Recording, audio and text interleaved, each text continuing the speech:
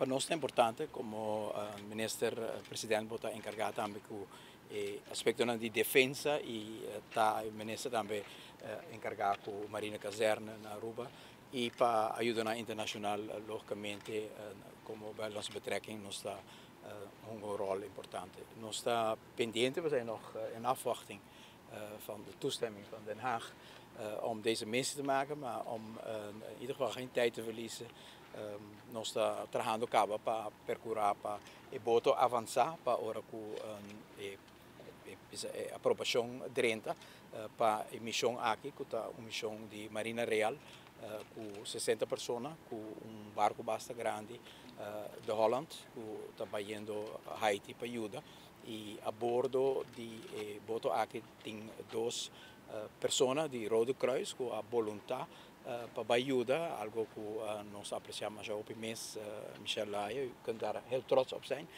Dos Arubiano, Marla Til Domingues e também Andrei Petroci.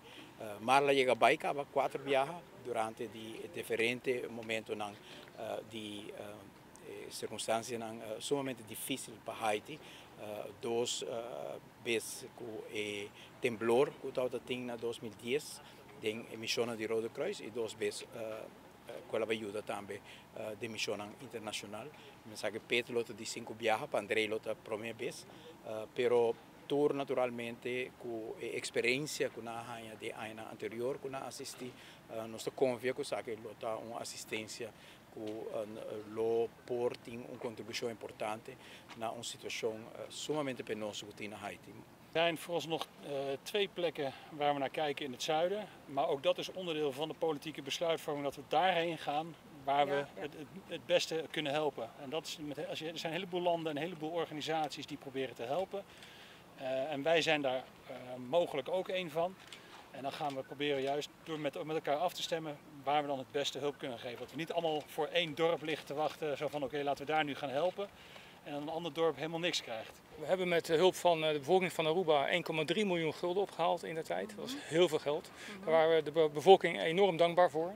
Dat geld is toegekend aan 2 scholen in Jacmel. Die zijn inmiddels opgebouwd. Die draaien weer fulltime. Er zijn watervoorzieningen. De toiletten zijn weer nieuw en schoon en worden dagelijks gebruikt. Het is natuurlijk de vraag hoe de situatie op dit moment is. Zoals u weet, orkaan Matthew heeft een vernietigend spoor getrokken over de regio. De informatie die we krijgen op dit moment is zeer fragmentarisch, veel sumier. Het is nog niet eenduidelijk geheel. Maar wat we inmiddels wel weten, het Nederlands Rode Kruis heeft sinds 2010 een vast team werken in Haiti met deze steun, is dat er duizenden huizen beschadigd zijn, honderden huizen vernietigd. En we praten inmiddels ook al over meerdere honderden doden door orkaan Matthew.